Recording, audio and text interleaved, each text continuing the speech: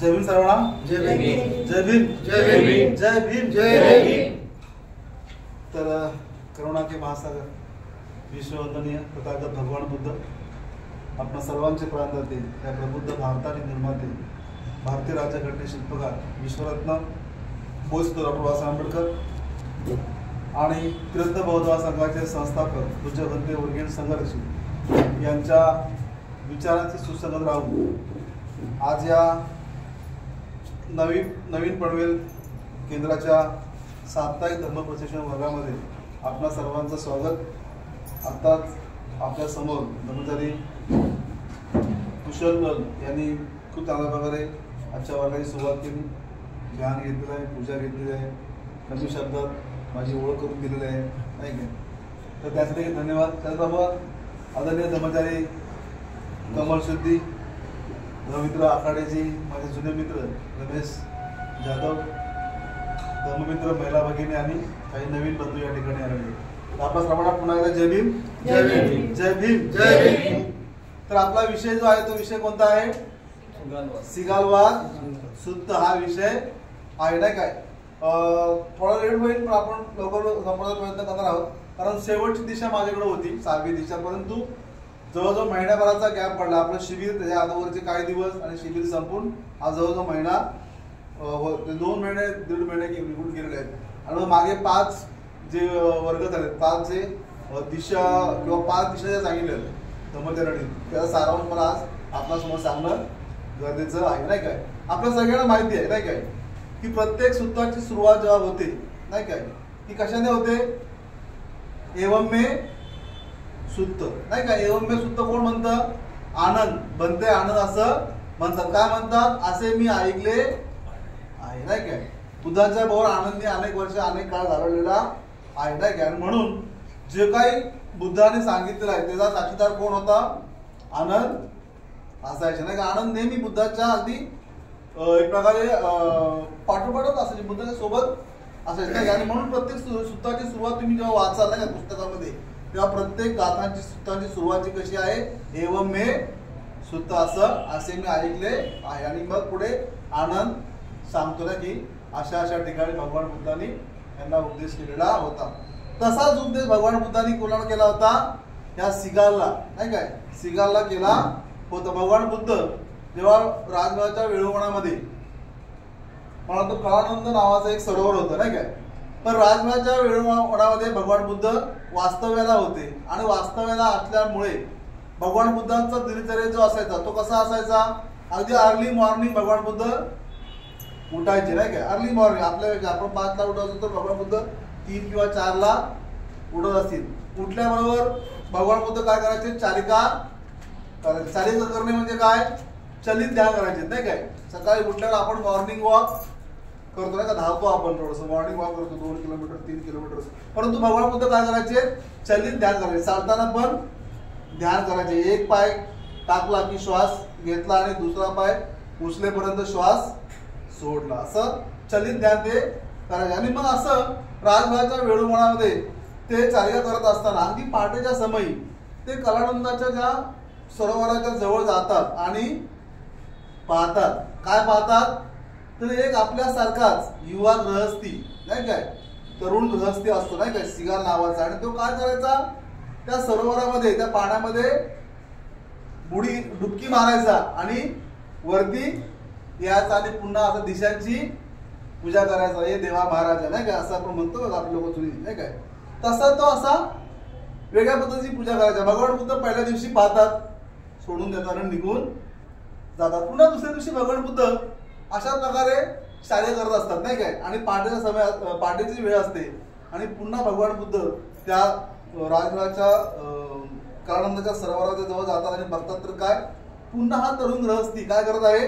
तशाच प्रकारचा ओल्या अंगाने किंवा उघड्या अंगाने कपड्यांना घालता असा डुबकी मारतो आणि पुन्हा वरती येतो आणि पुन्हा दिशांची पूजा करत असतो. असं 1 दिवस झालं, 2 दिवस झालं आणि तिसऱ्या दिवशी पुन्हा बुद्ध असंच पाहतात. आणि मग भगवान बुद्ध काय करतात? त्याला प्रश्न विचारतात की तू अशा प्रकारे, हे करून गृहस्था, तू अशा प्रकारे या दिशांची पूजा का करत आहेस? हा भगवान बुद्ध त्याला प्रश्न करतात. आणि मग प्रश्न केल्यानंतर सिगाल काय म्हणतो की हे भगवंत माझे वडील नाही का जेव्हा मृत्यूशय्येवरती असताना मला त्याने अशा प्रकारे दिशांची पूजा करायला सांगितलेली आहे. अशा प्रकारे दिशांची जर मी पूजा केली तर माझं जीवन नाही काय, माझा घर संसार सुखी होईल, आनंदाचा होईल नाही काय, माझ्या धनदौलतीमध्ये बरकत होईल नाही काय, किंवा माझी संपत्ती प्रॉपर्टीमध्ये वाढ होईल, म्हणून मी अशा प्रकारे दिशांची पूजा करत आहे.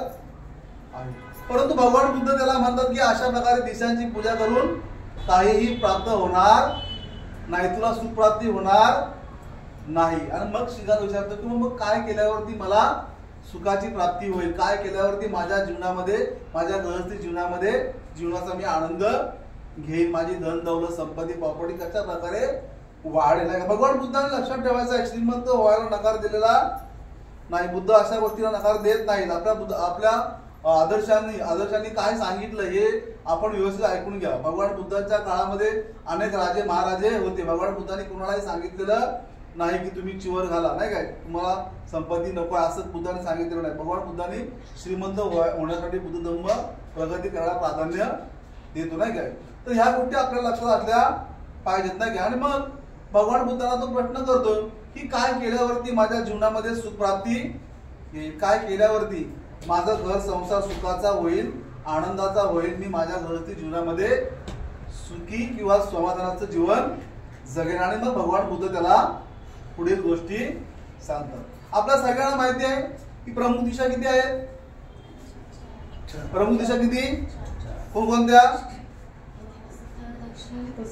पहिली ईशान्य, मराठी सांगा. पूर्व, पश्चिम, दक्षिण. अवघड आहे काय काय.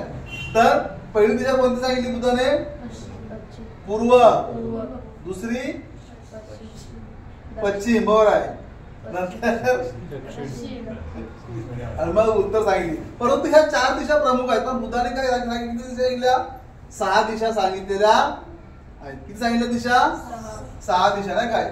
पहिली दिशा कोणती? पूर्व सांगितली, दुसरी सांगितली दक्षिण सांगितली, तिसरी सांगितली पश्चिम, चौथी सांगितली, 5वी दिशा सांगितली जमीन खालची दिशा, आणि 6वी दिशा कोणती सांगितली? आकाश सांगितलं नाही काय. भगवान बुद्ध शिकायला म्हणतात की ह्या 6 दिशा आहेत नाही का एकूण या पृथ्वी तलावरती. परंतु ह्या 6 दिशा नुसत्या 6 दिशा नाही. ह्या 6 दिशांमध्ये प्रत्येक जण आहेत नाही का. त्या 6 पूर्व दिशा ही आई वडील, पहिली दिशा जी आहे ती आई वडिलांसाठी आहे. पूर्व दिशा आई वडील आणि मुलं यांची कर्तव्य. दुसरी दिशा कोणती आहे? दक्षिण दिशा गुरु आणि शिष्य यांची कर्तव्य. तिसरी दिशा कोणती आहे? पश्चिम दिशा आहे, पती आणि पत्नी यांची कर्तव्य. चौथी दिशा कोणती आहे? उत्तर दिशा आहे. उत्तर दिशा ही माझी आहे गृहस्थी जीवनातल्या लोकांनी आपले नातेवाईक आणि मित्र यांच्या प्रती काय करायचे आहेत? आपली कर्तव्य पार पाडायची आहेत. 5वी दिशा कोणती आहे? जमीन आहे. त्या जमीन दिशा ही कुणाची कर्तव्य आहे? नोकर, मालक आणि नोकर यांची कर्तव्य आहेत. आणि सगळ्यात शेवटची दिशा जी आहे 6वी दिशा आकाश, हे आदर्श आणि अनुयायी नाही का. आदर्श आणि आपण सगळे अनुयायी यांची कर्तव्य बुद्धाने सिगाला सांगितलेली आहेत. अशा प्रकारे या 6 दिशा आहेत आणि या 6 दिशांची अशी काय आहेत? व्यक्ती आहेत आणि त्यांची कर्तव्य आहेत. आणि मग आपण काय करूया? पहिली दिशा पाहायला सुरुवात करूया. मी सारांशपणे 5 दिवस सांगेन. मग आपला शेवटचा जो 6वी दिशा समारोप आहे तो मी नंतर सांगणार आहे. आपण सगळ्यांनी मला वाटतं 5 प्रवचनामध्ये ऐकलं असेल तरी देखील आपल्याला एक रॅन्डम म्हणून मी सांगत आहे. पहिली दिशा कोणती आहे? आई वडील आणि मुलं आहेत नाही काय. मग आई वडील म्हणून जेव्हा आम्ही मुलांना जन्माला घालतो नाही काय, तेव्हा खरंच आई वडील आणि मुलं पालक म्हणून आमची फार मोठी जबाबदारी आमच्यावरती येते. मुलांना जन्माला घातल्यानंतर त्याचं संगोपन करणे, त्याच्या आरोग्याची काळजी घेणे नाही काय, त्याच्यावर चांगले संस्कार टाकावे लागतात नाही का. खूप महत्वाची गोष्ट. आपण एक बौद्ध पालक म्हणून आपल्या मुलांना अंधश्रद्धेकडे वळू देता कामा नाही. त्याला पूर्ण नाही काय हे का करतो आम्ही? पूजा का करतो आम्ही? आमच्या आदर्शांना पुष्प, दीप आणि सुगंध अर्पण का करतो हे सगळं सांगितलं पाहिजे. आपण या ठिकाणी कुठल्याही आदर्शांना पुष्प, दीप आणि सुगंध अर्पण केलेलं आहे हे काही कर्मकांड केलेलं नाही. हे 3 प्रतीक आहेत नाही का. याचं विश्लेषण मी आता करणार नाही, कधी पुढे वेळ भेटला तर करू आपण नाही काय. आपण हे 3 पारंपरिक वस्तू ज्या आहेत त्या आपल्या आदर्शांना अर्पण केलेल्या आहेत. कुठलाही आपण या ठिकाणी अंधश्रद्धा म्हणून केलं नाही. म्हणून बौद्ध पालकांनी या गोष्टीतून आपल्या मुलांना बाहेर काढणं महत्वाचं आहे. कोणतीही गोष्ट करत असताना आपण ढोबळपणाने करत नाही, त्याला काहीतरी अर्थ आहे म्हणून आपण करत असतो नाही काय. त्याचबरोबर संस्कार, मुलावर संस्कार टाकण्यासोबतच मुलांना शिक्षण देणं देखील खूप महत्वाचं आहे नाही काय.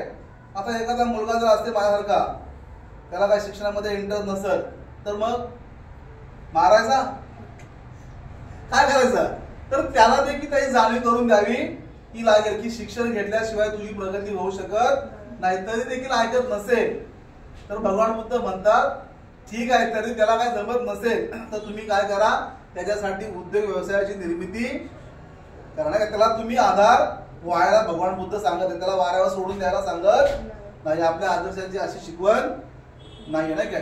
त्यानंतर पुढे भगवान बुद्ध असं म्हणतात की त्यांना उच्च शिक्षण घेतल्यासोबत आपले जे आदर्श आहेत, भगवान बुद्ध आपल्या आई वडिलांना सांगतात की तुम्ही तुमच्या मुलांना काय केलं पाहिजे, तुमचे जे महापुरुष आहेत, तुमचे मागचे जे पुरुष आहेत नाही का, किंवा मागं तुमच्या ऐतिहासिक गोष्टी घडलेल्या आहेत त्यांच्या गोष्टी तुम्ही सांगा त्यांना. ऐतिहासिक घटना ज्या घडलेल्या आहेत तुमच्या आदर्शांकडून, तुमच्या कुटुंबातल्या किंवा तुमच्या कुळातल्या लोकांकडून जे काही घटना घडलेल्या आहेत नाही का ऐतिहासिक, त्या तुम्ही त्यांना सांगा, गोष्टी रूपाने सांगा त्यांना. या ऐतिहासिक गोष्टी ज्या आहेत त्या त्यांना सांगा आणि त्यांना दाखवा नेऊन प्रत्यक्षामध्ये.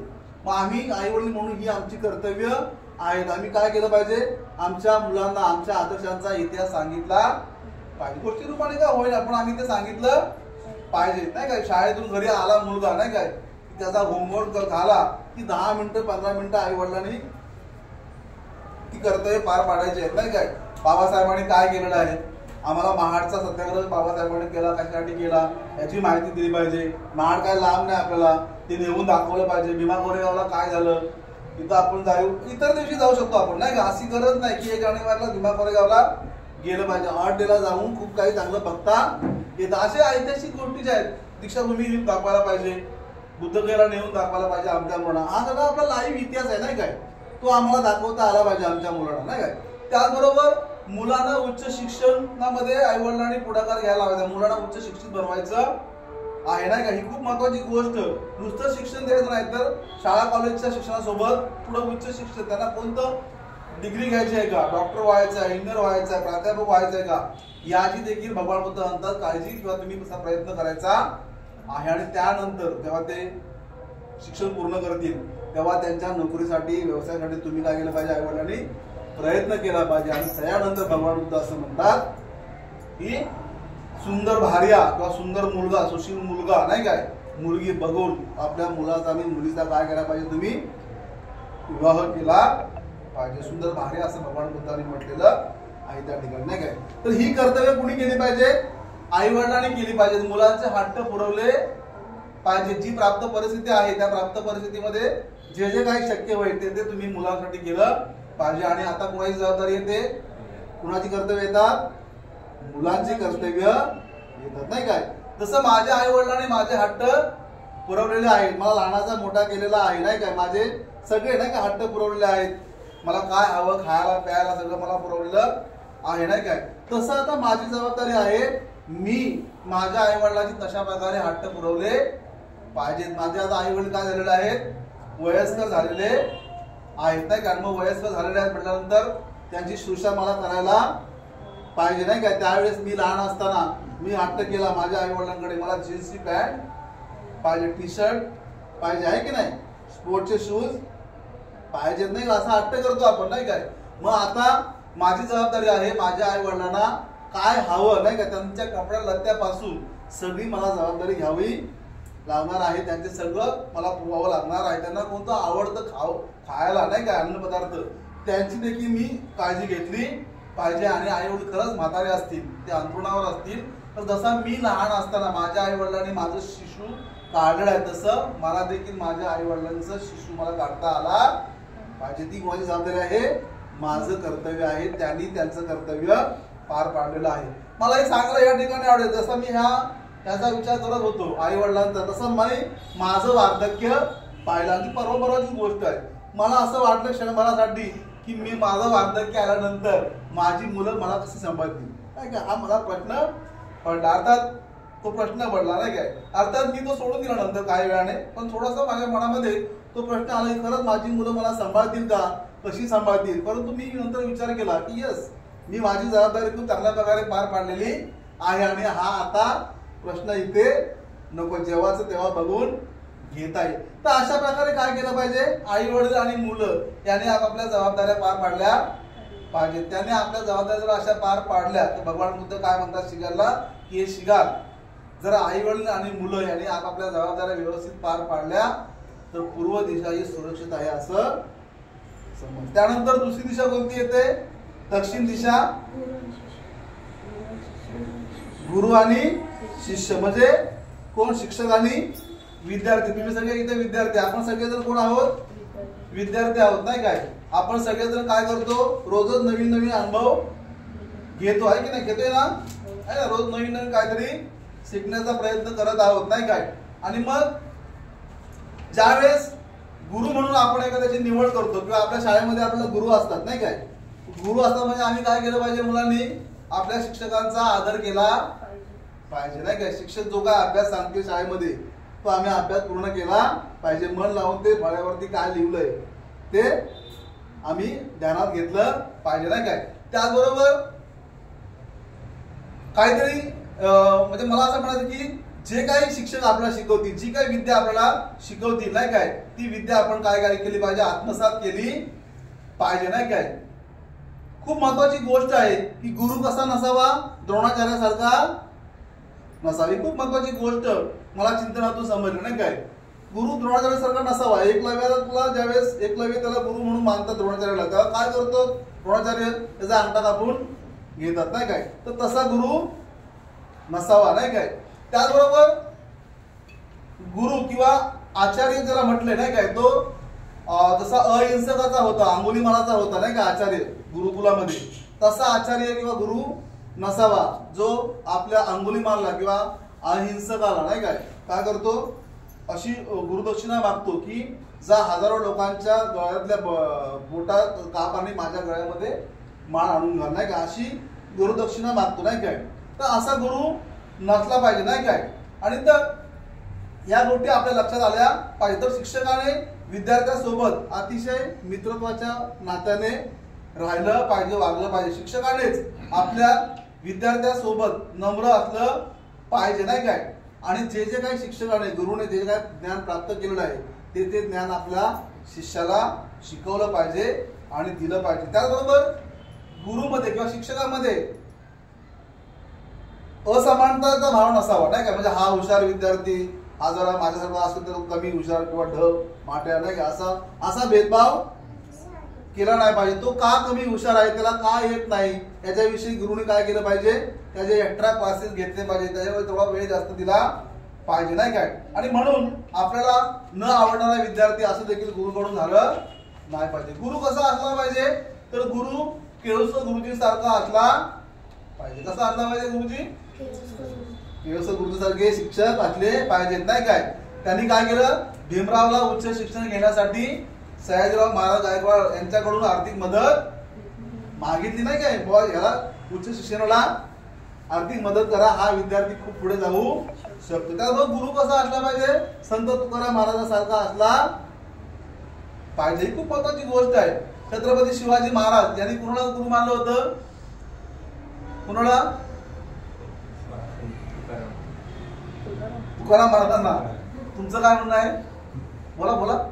काय असं ते असं नाही काय?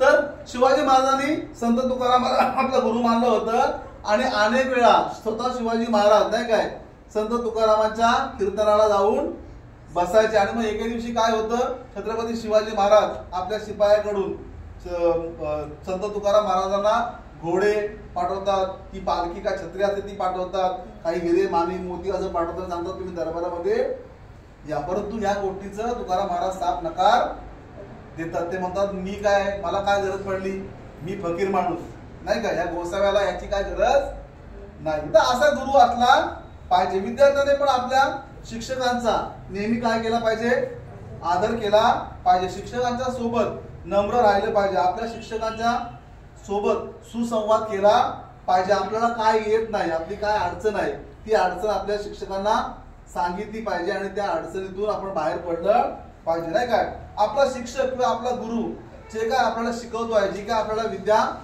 देत आहे ती आत्मसात करण्यासाठी विद्यार्थ्याने पण मन लावून पुढाकार घेतला पाहिजे, अभ्यास केला पाहिजे. शिक्षकाचे विद्यार्थ्यांनी शिक्षकाचे सद्गुण घेतले पाहिजे. आपण बघू शकतो बाबासाहेबांच्या जीवनाकडे बघू शकतो ना. बाबासाहेबांचा कोलंबिया विद्यापीठामध्ये बाबासाहेबांचा काय केला, अमेरिकेने सिम्बॉल ऑफ नॉलेज म्हणून गौरव केला की नाही. का गौरव केला, कारण शतकामध्ये असा विद्यार्थी झाला नाही. आपली आहे कॅपॅसिटी, प्रयत्न करू शकतो पण आहे की नाही. असं म्हणू शकत नाही की आपली कॅपॅसिटी नाही, प्रयत्न केला तर असं होऊ शकतं नाही का. म्हणून बाबासाहेबांसारखा शिक्षक असला पाहिजे जो गुरूंचा प्राप्ती नाही काय सन्मानित असे, गुरुंना नेहमी सन्मान देत असेल. तर अशा प्रकारे भगवान बुद्ध शिकायला म्हणतात की जर गुरु आणि शिष्य, गुरु आणि किंवा शिक्षक आणि विद्यार्थी यांनी आपापली कर्तव्य पार पाडली तर हे शिकाल पश्चिम दिशा, दक्षिण दिशा ही काय आहे, सुरक्षित आहे असं समज. त्यानंतर तिसरी दिशा कोणती येते, पश्चिम दिशा. पश्चिम दिशा कोणाची कर्तव्य आहे, पती आणि पत्नी आणि पती नाही काय. मग पती आणि पत्नी नाही काय संसारी जीवनाची काय आहे, ती संसारी रत्नाची दोन चाकं आहेत नाही का. आपण गाडीचं एक चाक पंक्चर झालं तर काय होतं, जॅक लागतो लावायला. तसं आहे नाही काय, एखादा माणूस जरी बिघडला, आजारी पडला तरी कुटुंबावरती सगळ्यावरती भार येतो नाही काय. आणि म्हणून पती आणि पत्नी आम्ही जेव्हा विवाहबद्ध होतो, सर्वात बौद्ध लोक जे आहेत ज्यांचा विवाह होतो त्या विवाहामध्ये आम्ही काय करतो, प्रतिज्ञाबद्ध होतो नाही काय. ह्या प्रतिज्ञा कुणी दिल्या, कुठून दिल्या, बाबासाहेबांनी त्या प्रतिज्ञा दिलेल्या आहेत. कुठून दिल्या, ह्या सिगावा सुत्तामधून बाबासाहेबांनी स्टडी केला आणि ते द्यायला सांगितलेलं आहे. काय म्हणतो आम्ही, मी माझ्या पत्नीचा सन्मान, मी तिचा अपमान करणार, मी तिला धन दौलतीने संतुष्ट ठेवी आहे की नाही. तसंच पत्नी पण काय म्हणते, मी माझ्या पतीचा सन्मान करीन, घरातील सगळी कामे करेन, पतीने कमावणाऱ्या धन दौलतीचे रक्षण करेन, असं होतं नाही का. म्हणजे असं आहे त्या प्रतिज्ञेमध्ये, बरोबर ना. मग तसंच आहे नाही काय, पती आणि पत्नी यांचा एकमेकांवरती प्रचंड विश्वास असला पाहिजे. ह्या दोघांमध्ये सुसंवाद, वेळ कम्युनिकेशन असलं पाहिजे तरच संसार चालणार आहे नाही का. तर संसार चालणार नाही, संसाराची गाडी अशी होणार नाही काय. तो एक तिकडे ओढणार, एक मागे ओढणार, मग संसाराची गाडी काय चालणार नाही नाही का. आणि म्हणून पती आणि पत्नी यांच्यामध्ये काय असलं पाहिजे, वेल कम्युनिकेशन असलं पाहिजे, सुसंवाद असला पाहिजे, एकमेकांच्या प्रती विश्वास असला पाहिजे नाही काय. पतीने सहज म्हटलं पाहिजे, आज रविवार आहे, माझी सुट्टी आहे नाही काय, आज तू सुट्टी घे. म्हणतो आपण असं म्हणत नाही, आज मला सुट्टी आहे, तुला सुट्टी घे, तुझी सही कामं मी करेन. भले सही कामं जमणार नाही आपल्याला, पण झाडू मारू शकतो नाही काय. झाडू मध्ये काय लादी पुसू शकतो आपण, भांडी घालू शकतो, थोडीफार कामं आपण करू शकतो, काय भिंती पंखे साफ करू शकतो. परंतु पुरुष अहंकार असल्यामुळे आम्हाला हे जमत नाही. आणि सर्वात आपल्या महिला अशा आहेत की ते घरात आपल्या पुरुषाला कोणतं काम करू देत नाही. परंतु आता काळ बदललेला आहे नाही का. आता महिला कामाला जातात, त्यामुळे त्यांना ते घरात कामं बरीच करावी लागतात नाही काय. सहज पतीने म्हटलं पाहिजे नाही काय, किंवा सहज पतीकडून असं झालं पाहिजे की महिन्यातून नाही, 2 महिन्यातून नाही, 4 महिन्यातून, 3 महिन्यातून सहज आपण आपल्या पत्नीला पिक्चरला घेऊन गेलं पाहिजे, नाटक बघायला घेऊन गेलं पाहिजे नाही का. आपण बाहेर फिरतो, माल भरपूर फिरतो, आपण कुणा जीवावर फिरतो, आपल्या पत्नी जीवावर फिरतो, ती एकटी घर सांभाळत असते नाही काय. आपण बिंदास घराच्या बाहेर 8-8 तास, 12-12 तास, दिवस 2-2, 3-3 दिवस असतो, परंतु तिला पुढे जायला मिळत नाही. ती अडकलेली असते संसारामध्ये आणि मुलांच्या मध्ये अडकलेली असते, तिच्याशिवाय कोणतं पान हलत नाही नाही काय. एकदा तरी म्हणजे कुठं गेली चुकून तर अवघड होतं आपण सगळ्यांचं नाही काय. आणि म्हणून पतीने काय केलं पाहिजे, आपल्या पत्नीला 3 महिन्यातून 4 महिन्यातून नाटक सिनेमाला घेऊन गेलं पाहिजे. 3-4 महिन्यातून तिला हॉटेलला घेऊन गेलं पाहिजे. 3-4 महिन्यांनी तिला काय करू, तिच्यासोबत मला वाटतं शॉपिंगला गेलं पाहिजे नाही काय. असं आमचं झालं पाहिजे, तरच संसाराचा हा गाडा कसा भरधाव वेगाने धावणार आहे नाही काय. आपण आजारी पडलो, घरातला पुरुष आजारी पडला की आपल्या महिला बघा लगेच डॉक्टरकडे घेऊन जातात. काय ती प्रिकॉशन जी असते, सकाळची गोळी कुठली, संध्याकाळची गोळी कुठली, जेवायच्या अगोदरची कुठली, जेवणानंतरची कुठली, या सगळ्या प्रिकॉशन पार पाडतात. म्हणजे बरोबर ते हँडल करतात आणि लवकरच आपल्या पतीला बरा करण्यासाठी मदत करतात. पण पत्नी आजारी पडली की मग आपली गडबड आली आहे की नाही. घरातली कामं कोण करणार, हा प्रश्न पहिला आपल्याला पडतो नाही काय. अर्थात स्वाभाविक आहे नाही काय, कारण सगळं कामं ती करत असते, ती पत्नीला सगळी सवय असते.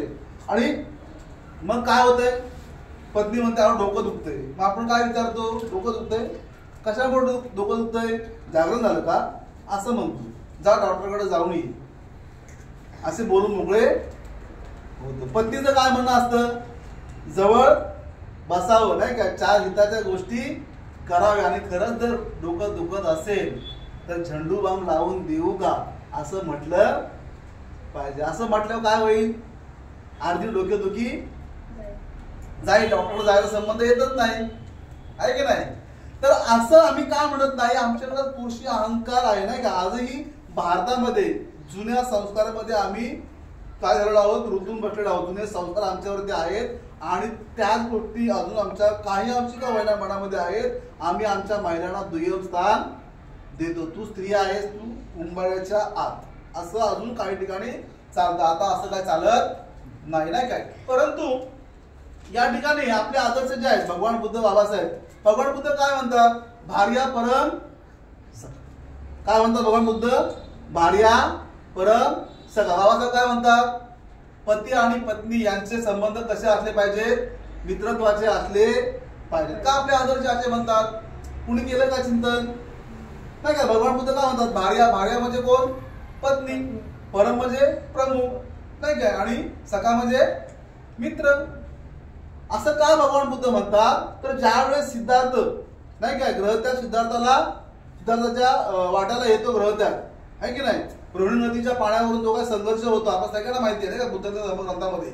आणि मग तो आल्यानंतर काय होतं, सिद्धार्थाला ग्रहत्याग करावा लागतो. आणि अशा वेळेस खंबीरपणे कोण राहतो उभं, सिद्धार्थाच्या बरोबर यशोधरा उभी राहते आणि काय म्हणते, यस तुम्ही जाऊ शकता, ग्रहत्याग करू शकता, परंतु तुम्ही ग्रहत्याग करा आणि जे काय परत ज्ञान जे आहे ते प्राप्त करा आणि समस्त मनुष्याला या दुःखातून, या अज्ञानातून बाहेर काढा नाही का. असं भगवान बुद्धांना कोण, सिद्धार्थला कोण म्हणतं, यशोधरा म्हणते नाही का, तुम्ही नक्की संन्यास घ्या, परंतु तुम्ही असा मार्ग शोधून काढा की त्याच्यातून काय होईल, सर्व मनुष्य मात्राचं कल्याण होईल.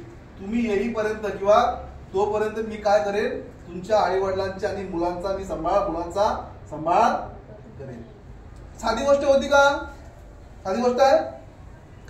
समोर पत्नी निघून जातोय, कुठे जातोय माहितीये का, जंगलात जातोय, ग्रहत्याग करतोय, अरण्यात जातोय, काय संन्यास घेतोय. साधी गोष्ट नाहीये ती. कल्पना आपण जरी केली तरी अवघड आहे. अशाही परिस्थितीमध्ये यशोधरा खंबीर उभी राहते नाही काय. बाबासाहेब जेव्हा इंग्लंडला, अमेरिकेला उच्च शिक्षण घ्यायला जातात, तेव्हा रमाईने हट्ट केला काय, तुम्ही जाऊ नका, माझं कसं होईल, माझ्या पोरांचं कसं होईल, माझ्या संसाराचं कसं होईल, असं म्हणलं रमाई काय म्हणलं ना काय. इकडं संसाराचा गाडा हाकलला तिने आपला, रडत खडत म्हणा, ओढत कसाही हाकलला, पण बाबासाहेबांकडे तक्रार केली नाही. 3-3.5 वर्ष बाबासाहेब इंग्लंडला, अमेरिकेला शिक्षण घेत होते नाही काय, कुठली तक्रार केली नाही. आणि म्हणून आपले आदर्श काय म्हणतात, पती आणि पत्नी यांचे संबंध कसे असले पाहिजे, मित्रत्वाचे असले पाहिजे. बुद्ध यासाठी म्हणतात की भार्या परम सगळं. आपण सगळे जे आज इथे उभे आहोत, मी आज इथे उभा आहे, माझ्या पत्नीने मला काहीतरी मदत केली असेल, मी पण जो रात्री 9-10 वाजेपर्यंत याचा अभ्यास करत होतो नाही काय. पण आम्हाला बाकीच्या गोष्टीची कुठली उणीव होत नाही. का होत नाही, तर आमच्या घरी आमची पत्नी असते आणि ती सगळ्या गोष्टी हँडल करत असते. आम्ही केवळ कमवतो आणि घरामध्ये आणून देतो, बाकी सगळं कोण बघतं, सगळ्याच्या घरामध्ये असंच चाललंय नाही काय.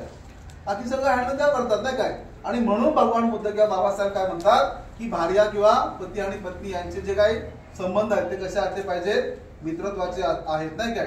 त्याचबरोबर पूर्वी आम्हाला धर्म माहीत नव्हता. पूर्वी धर्म माहित होता का, माहीत नव्हता नाही काय. पती काय म्हणते, अहो गहू संपले, काय म्हणते पती, काय म्हणते, अहो गहू संपलेत. आम्हाला धर्म माहीत नाही. आमचं काय उत्तर असतं, तुला कळत नाही का. आता गहू संपल्यावर ती तुम्हाला सांगणार, पतीला सांगणार नाही. परंतु धर्म माहीत नसल्यामुळे आमचं अशा प्रकारचं उत्तर येतं. आता धर्म माहीत झालेला आहे. आता पत्नी म्हणाली की गहू संपलेत, आम्ही काय करतो, कधी आणायचे आहे सांगा, असं आमचं उत्तर येतं. नुसतं गहू आणून देत नाही तर दळ आणून देतो. ही प्रॅक्टिकल लेवल कधी आम्हाला कळाली, जेव्हा बुद्धाच्या धम्माचा आम्हाला स्पर्श झाला. जुन्या धर्माच्या विचारामध्ये होतो तेव्हा असंच होतं. आणि म्हणून भगवान बुद्ध असं म्हणतात की पती आणि पत्नी यांचे परस्परातील संबंध चांगले असतील, नाही काय, ज्यावेळेस ते अशा प्रकारचे असतील, चांगले असतील, त्या दोघांचा एकमेकावरती खूप चांगला विश्वास असेल, नाही काय, ते सुखी आणि समाधानी आणि संपन्नपूर्ण जीवन जगत असतील, तेव्हा हे सिगाल काय समज, तू पश्चिम दिशा सुरक्षित आहे असं समज. त्यानंतर चौथी दिशा, बरोबर ना, चौथी दिशा कोणती आहे, उत्तर दिशा आहे. उत्तर दिशा कुणाचे कर्तव्य आहे, गृहस्थांची कर्तव्य आहे. कुणाच्या प्रती, मित्र आणि नातेवाईकांच्या प्रती बुद्धाने सांगितलेली आहे, नाही का. भगवान बुद्ध या ठिकाणी सांगताना असं सांगतात सिगालला की सिगाल, 4 प्रकारचे मित्र जे आहेत ते मित्र नसून कोण आहेत, शत्रू आहेत. कोणकोणते मित्र आपण ओळखले पाहिजेत. जो मित्र गोड बोलणारा आहे, गोड बोले असे मित्र असतात, गोड गोड बोलतात, नाही काय, खूप मागं आपण असं केलं तसं केलं, मी तुला अशी मदत केली, मग माझे वडील तुझे वडील असे असे मित्र होते, मग माझ्या वडील तुझ्या वडिलांना मैत्री त्यांची होती, त्यांना खूप मदत केली, असा गोड बोलून मागच्या गोष्टी उगाळून काढतो. अशा मित्राला तू मित्र समजू नको, त्याला नेहमी शत्रू समज, नाही काय. त्याचबरोबर तो काय करत असतो, तुला भावनिक करतो आणि त्या भावनिकतेचा तो स्वतःला फायदा करून घेण्याचा प्रयत्न करतो. अशा मित्राला तू मित्र समजू नकोस. दुसरा जो मित्र आहे तो काय म्हणतो, चल नाटक बघायला, चल तमाशा बघायला, नाही काय, असा म्हणतो, नाही काय. असा तुला सांगणारा किंवा असं नाच गाणं पाहायला घेऊन जाणारा, याला तू मित्र समजू नकोस, याला नेहमी तू शत्रू समज. 3 नंबरचा जो मित्र आहे तो तुला काय करेल, जुगार खेळायला लावेल, मटका खेळायला लावेल, चल काय होतंय असं म्हणतात ना, काय चल काय होत नाही, तर याला तू मित्र समजू नकोस, याला तू नेहमी शत्रू समज. चौथ्या प्रकारचा जो मित्र आहे, भगवान बुद्ध म्हणतात की चौथ्या प्रकारचा जो मित्र आहे तो तुला व्यसनाधीनतेला नादी लावेल, नाही काय, घे एक पॅक असे म्हणणारे मित्र आहेत, नाही का, घे थोडी थोडी आणि मग लागते गोडी, आहे ना. आणि मग अशा प्रकारचा मित्र नको जो व्यसनाधीनतेमध्ये तुला अडकवून, नाही काय, तुझ्या संसारावरती किंवा तुझ्या प्रॉपर्टी संपत्तीवरती वाईट नजर ठेवून असेल, अशाला तू मित्र समजू नकोस. अशा मित्राला तू नेहमी शत्रू समज. पुढे भगवान बुद्ध असं म्हणतात की मित्र कुणाला म्हणायचं, जो तुझ्या गैरहजेरीमध्ये, नाही काय, तुझ्या गैरहजेरीमध्ये तुझ्या कुटुंबाचं, तुझ्या धनसंपत्तीचं रक्षण करेल, त्यांना मदत करेल. कुठली कठीण परिस्थिती निर्माण झाली आणि तू घरी नसलास, अशा वेळेस तुझ्या कुटुंबाला त्या कठीण परिस्थितीतून बाहेर काढेल, याला तू काय समज, मित्र समज, नाही काय. अशा प्रकारे भगवान बुद्धांनी काय केलेलं आहे, हे मित्र जे आहेत ते मित्र सांगितलेले आहेत, नाही काय. आणि म्हणून पुढे आपण जर बघितलं तर नातेवाईकांच्या प्रती काय आहे, आपण कसं वागलं पाहिजे असं भगवान बुद्धांनी सांगितलेलं आहे, नाही काय. तर नातेवाईक आपण बघू शकतो, भगवान बुद्ध पुढे सांगताना शिकला असं म्हणतात की गृहस्थांनी आपल्या नातेवाईकांना काय केली पाहिजे, मदत केली पाहिजे. जे जेव्हा अडचणीमध्ये असतील, नाही काय, आर्थिक कंडिशन त्यांची खराब असेल, कोणाची कंपनी बंद असेल, कोणाचा काय ऍक्सिडेंट झाला असेल, आजारी असेल, किंवा त्याचं काहीतरी हार्टचं ऑपरेशन असेल किंवा अजून काय असेल, नाही काय, अशा वेळेस तुम्ही काय केलं पाहिजे, आपल्या नातेवाईकाला अडचणीमध्ये मदत केली पाहिजे, त्याला आर्थिक मदत केली पाहिजे. त्या सुखदुःखामध्ये काय झालं पाहिजे, तुम्ही सहभागी झालं पाहिजे. नातेवाईकांच्या सोबत प्रिय वाचेचा व्यवहार केला पाहिजे, नाही काय. आणि आपल्या नातेवाईकाला खरंच गरज असेल तर आपण काय केली पाहिजे, आर्थिक मदत केली पाहिजे. आपल्या नातेवाईकांची काळजी घेतली पाहिजे. नातेवाईकांची गाठभेट घेऊन, किंवा नाही काय, पूर्वी लोक अशी होती गाठभेट घ्यायची, नाही काय, पूर्वी पत्रव्यवहार चालायचा, नंतर मोबाईल आपल्या हातामध्ये आला आणि त्या सगळ्या गोष्टी बंद झाल्या. परंतु आता आपल्या हातामध्ये मोबाईल जरी आला असला तरी आपण सहज आपल्या नातेवाईकांची मोबाईलवरून विचारपूस केली पाहिजे, नाही. त्यांना शाब्दिक काय केलं पाहिजे, धीर देता आला पाहिजे, नाही का. अशा वाक्याने आपले नातेसंबंध वाढत असतात. भगवान बुद्ध म्हणतात की अशा प्रकारे त्यांना धीर दिल्यामुळे काय होतं, आपले नातेसंबंध जे आहेत ते वाढत असतात, दृढ होत असतात. आपण केलेल्या आर्थिक मदतीची परतफेड मिळाली पाहिजे अशी अपेक्षा न ठेवता, अशी इच्छा न ठेवता आपण आपल्या नातेवाईकाला सहकार्य केले पाहिजे. पूर्वीच्या काळामध्ये जर बघितलं नाही काय, तर नातेवाईक हे कसे होते, एकमेकांवरती अवलंबित होते नाही काय. नातेवाईक कसे होते, एकमेकांवरती अवलंबून होते. परंतु हल्ली असं राहिलेलं नाही. असं हल्ली म्हणतात, त्याची मला काय गरज म्हणतात नाही काय, म्हणतात की नाही, त्याची काय गरज मला, असं म्हणतात नाही काय. अशा आविर्भावामध्ये आपण वागतो कधी कधी. कारण आम्ही आता काय झालेलो आहोत, खूप आधुनिक झालेलो आहोत नाही काय. परंतु बुद्धांचा हा उपदेश आजही आपल्याला तेवढाच या विज्ञान युगामध्ये लागू आहे जेवढा हा प्राचीन काळामध्ये लागू होता नाही काय. बुद्ध हे कसे होते, वास्तववादी होते नाही का, वास्तव्याला धरून चालायचे नाही काय.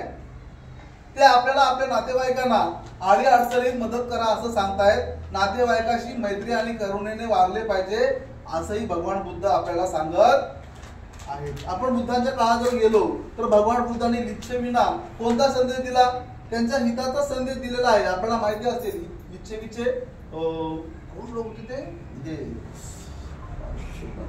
काय बरं लिच्छवीचे हे काय नाव,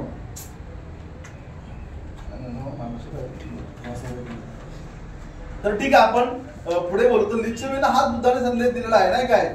शाक्य आणि कोलीय यांचं जेव्हा पाण्यावर युद्ध होतं नाही काय, तेव्हा सुद्धा भगवान बुद्धांनी काय केलेलं आहे, त्यांना मैत्री आणि करुणेचा संदेश दिलेला आहे. भगवान बुद्धांना माहिती होतं की शाक्य आणि कोलीय कोण आहेत, हे माझे ज्ञाती बांधव आहेत नाही का. ज्ञाती बांधवांवर आपले भावबंध घट्ट जपणे हे किती आनंदाचे आणि यशाचे असते, याचे उदाहरण म्हणजे भगवान बुद्धांनी लिच्छवी आणि शाक्य आणि कोलीय यांचं वैर थांबवलेलं आहे. भगवान बुद्ध अशा ठिकाणी किंवा भगवान बुद्ध सिगालला असं म्हणतात की हे सिगाल, अशा प्रकारे गृहस्थी लोकांनी जर आपल्या नातेवाईकांशी आणि मित्रांशी वागून त्यांची आपली कर्तव्य जर त्यांनी पार पाडली तर लक्षात ठेव नाही का, उत्तर दिशा ही काय आहे, सुरक्षित आहे असं समज. त्यानंतर पाचवी दिशा येते. पाचवी दिशा कोणती दिशा आहे, कोणाची कर्तव्य आहे, पाचवी दिशा कोणती, कोणाची कर्तव्य आहेत, मालक आणि नोकर यांची कर्तव्य आहेत नाही काय. आपण सगळेजण कोण आहोत, मालक पण आहोत आणि नोकर पण आहोत. आपल्या घरामध्ये छोट्या छोट्या गोष्टीसाठी आपण नोकर ठेवू शकतो असतो किंवा काही झाडू मारायला, भांडी घासायला आपण ठेवतो नाही काय. तर म्हणून आपण कोण आहोत, मालक पण आहोत आणि नोकर पण आहोत नाही का. आपण मी एका कंपनीमध्ये काम करतो, मी कामगार आहे नाही काय, त्यामुळे मी तिथं कोण आहे, नोकर आहे नाही काय. आणि म्हणून मालकाने आपल्या नोकरासोबत उद्धट व अधिकारपणाने वागू नये असं कोण म्हणतं, भगवान बुद्ध म्हणतात. आपला नोकर जरी असला तरी तो माझ्या कुटुंबाचा एक सदस्य आहे असं त्यांनी लक्षात ठेवावं नाही काय. मालकाने असे समजून राहावे की नोकर माझ्यासाठी रोज सकाळी लवकर उठतो, त्याच्या प्रामाणिक काम करण्याने माझा उद्योग व्यवसाय कसा चालू आहे, व्यवस्थित चालू आहे. त्याच्या प्रामाणिकपणामुळे माझ्या व्यवसायाची काय झालेली आहे, प्रगती झालेली आहे. त्याच्या प्रामाणिकपणामुळे माझ्या व्यवसायाची प्रगती झाली. याची मालकाला काय झाली पाहिजे, जाणीव असली पाहिजे. मालकाने आपल्या नोकराला योग्य पगार दिला पाहिजे नाही काय. जर आपला नोकर आजारी असेल तर त्याला आजारपणामध्ये दवाखान्याला लागणारा पैसा दिला पाहिजे, त्याला सुट्टी भर पगारी सुट्टी दिली पाहिजे. मालकाने आपल्या नोकराला आठवड्यातून एक दिवस सुट्टी दिली पाहिजे. त्याचबरोबर ज्या वेळेस वर्षातून एखादा सण उत्सव असेल नोकराच्या घरी, तेव्हा त्याला काय दिलं पाहिजे, एक्स्ट्रा पे दिलं पाहिजे, जो आपण आज बोनसच्या आधारे घेतो. हे कोणी सांगतं, बुद्ध सांगतात. आणि बाबासाहेबांनी काय केलं, मग याची अंमलबजावणी किंवा भारतीय संविधानामध्ये बाबासाहेबांनी ऍडिशनल केलं. बाबासाहेब ते कायद्यामध्ये परित करतात कामगारांच्या नाही काय. हे कुठून आलेलं नाही, हे बुद्धाच्याकडूनच आलेलं आहे. आम्ही जेव्हा कंपनीत काम करतो, कमी पैशामध्ये जेवण, बाबासाहेब सांगतात किंवा बुद्ध सांगतात की जर तो नोकर तुझ्याकडे काम करतोय तर तू त्याला कमी पैशामध्ये जेवण दिलं पाहिजे. सेफ्टीची जी काही संसाधनं आहेत नाही काय, सुरक्षाची जी काही संसाधनं आहेत, सेफ्टी शूज आहेत किंवा कपडे आहेत, मास्क आहेत, हँडग्लोव्ज आहेत, गॉगल आहेत, अशा सुविधा तुम्ही पुरवल्या पाहिजेत नाही का. शेतावरती जरी आमच्या काम करायला लोक असलीत नाही का, आम्ही जेव्हा भात लावायची काम करायचो तेव्हा 2 टाइम जेवण फ्री द्यायला लागायचं. म्हणजे ह्या गोष्टी का सांगतो आम्ही की अशा प्रकारे कुणी नियम घातलेले आहेत, बुद्धाने घातलेले आहेत आणि बाबासाहेबांनी भारतीय राज्यघटनेमध्ये तशा प्रकारे त्यांची अंमल करायला सांगितलेलं आहे नाही काय. आणि म्हणून आम्ही या प्रकारे वागलं किंवा मालक म्हणून आम्ही या प्रकारे वागलं पाहिजे नोकराशी. त्याचबरोबर कामगाराने देखील काय केलं पाहिजे, आपल्या मालकाच्या प्रती निष्ठा ठेवून काम केलं पाहिजे. कामगाराने आपल्या मालकाशी प्रामाणिक असलं पाहिजे. मालकाकडे माझ्यासाठी काम आहे म्हणून माझं आणि माझ्या कुटुंबाचं काय होत आहे, भरण पोषण होत आहे याची जाणीव कामगाराला असली पाहिजे. कामगाराने आपल्या मालकासोबत अतिशय नम्रतापूर्वक वागलं पाहिजे, मालकाशी आदराने वागलं पाहिजे नाही काय. मालकाने ठेवलेल्या विश्वासात पात्र असलं पाहिजे. जे काही मला काम दिलेलं आहे त्या कामामध्ये कुठलाही आळस करता कामा नाही, टंगळमंगळ करता कामा नाही. अतिशय प्रामाणिकपणे आणि दिरंगाई न करता त्याने काम केलं पाहिजे. आणि माझा मालक जो काही मला पगार देईल, जो काही मला पैसा देईल, मोबदला देईल, त्याच्यावरती मी संतुष्ट असलं पाहिजे, तो विश्वास मी ठेवला पाहिजे. अशा प्रकारे भगवान बुद्ध सिगालला म्हणतात की सिगाल 5वी जमीन जी आहे ते मालक आणि नोकर यांच्या प्रती कर्तव्य आहेत आणि त्या दोघांनी जर त्याची कर्तव्य पार पाडली तर हे लक्षात ठेव, 5वी दिशा जमीन ही सुरक्षित आहे असं समज. आणि त्यानंतर आपण वळूया कुठे, आपल्या प्रमुख विषयाकडे वळणार आहोत. प्रमुख दिशा कुठली आपल्या 6वी दिशा कोणती आहे, आकाश दिशा आहे. आणि आकाश हे काय आहे, आदर्श आणि आपण सगळे अनुयायी यांची काय आहेत, कर्तव्य आहेत नाही काय. मी थेट विषयाला सुरुवात करतो. आणि भगवान बुद्ध, आता सगळ्यांना माहिती आहे जेव्हा सिद्धार्थाला संबोधीची प्राप्ती होते नाही काय, बुद्धांच्या धम्म या ग्रंथामध्ये बाबासाहेबांनी त्याचं विश्लेषण केलेलं आहे. आणि प्रथमच भगवान बुद्ध 5 पारिवाचकांना भेट देतात तेव्हा ते त्यांना विशुद्धीचा मार्ग सांगतात. तुम्ही ग्रंथ वाचाल बुद्धाचा धम्म त्यामध्ये आहे बघा. तसंच मी सगळं लिहिलं थोडंसं आणि मग मी सुरुवात करेन. पहिलं प्रवचन भगवान बुद्ध त्यांना देतात विशुद्धी मार्गाचं. आणि त्यामध्ये भगवान बुद्ध असं म्हणतात पारिवाचकांना की जगात सर्वत्र कोण आहेत, पतित लोक आहेत. परंतु या पतितामध्ये 2 वर्ग आहेत. ज्याच्या समोर काही आदर्श नाही असा एक पतित आणि ज्याच्या समोर एक आदर्श आहे असा एक पतित नाही काय. आणि ज्याला आदर्श नाही असा जो पतित आहे नाही काय, त्या पतिताला आपण पतित आहोत हे समजत नाही, हेच कळत नाही. त्यामुळे तो पतित जो आहे तो तसाच राहतो. आता पतितचा अर्थ काय, पतितचा अर्थ म्हणजे पतन, ज्याचं पतन झालेलं आहे नाही काय, ज्याचं नैतिक आचरण नाही त्याला पतित म्हटलेलं आहे नाही काय. त्यामुळे तो नेहमीच पतित राहतो. या उलट जो दुसरा जो पतित आहे त्याच्यासमोर एखादा आदर्श आहे असा पतित जो आहे तो आपल्या पतित अवस्थेतून काय करतो, वरती येण्याचा प्रयत्न करत असतो नाही काय. आणि तो का प्रयत्न करत असतो, कारण त्याला याची जाणीव असते की आपण कोण आहोत, पतित आहोत. आपल्या जीवन जगण्यासाठी काही नियम असले पाहिजेत नाही काय. यासाठी एखादा आदर्श नाही का असावा, हा त्याच्यातील फरक आहे. आणि मानवी जीवनातील महत्वाची गोष्ट अधपात म्हणजे पतन होणे, अधोगती होणे, नैतिक दृष्ट्या हीन पातळीचे काम करणे याला अधपात असं म्हटलेलं आहे. तर महत्वाची गोष्ट माणसाचा अधपात ही नसून, भगवान बुद्ध त्या विषयामध्ये 5 पारिवाचक असं म्हणतात की अधपात ही नसून, माणसाच्या अधपाताचं ही नसून त्या अवस्थेत मुक्त होण्याच्या आदर्शाचा अभाव हीच आहे. त्या ग्रंथामध्ये भगवान बुद्ध किंवा बाबासाहेबांनी लिहिलेलं आहे. त्या 5 पारिवाचकांना असं म्हणतात की कसला अभाव आहे, त्या पतिता, तो जो पतित आहे तो पतित काय करत नाही, आपला आदर्श निवडत नाही, हा त्याचा अभाव आहे.